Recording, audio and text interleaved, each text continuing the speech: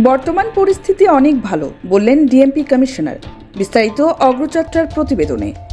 রাজধানীর আইন শৃঙ্খলা পরিস্থিতি নিয়ে নাগরিকদের উদ্বেগ উৎকণ্ঠার মধ্যে ঢাকা মহানগর পুলিশ কমিশনার শেখ সাজ্জাদ আলী বলেছেন, এখন বর্তমান পরিস্থিতি অনেক ভালো। আন্তর্জাতিক মাতৃভাষা দিবস উদযাপন উপলক্ষে বৃহস্পতিবার কেন্দ্রীয় শহীদ মিনারে নিরাপত্তা ব্যবস্থা পরিদর্শনে এসে তিনি এ মন্তব্য করেন।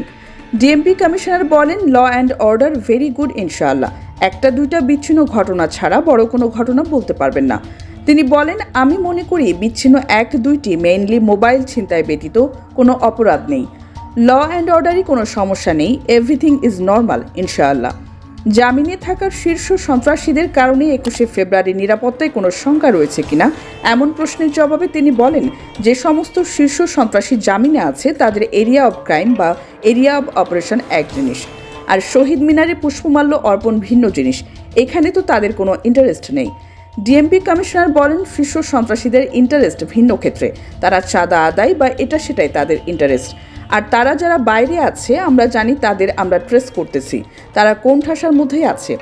একেবারে তারা যে ফ্রি অপারেশন করতে পারছে এমন কিছু নয়।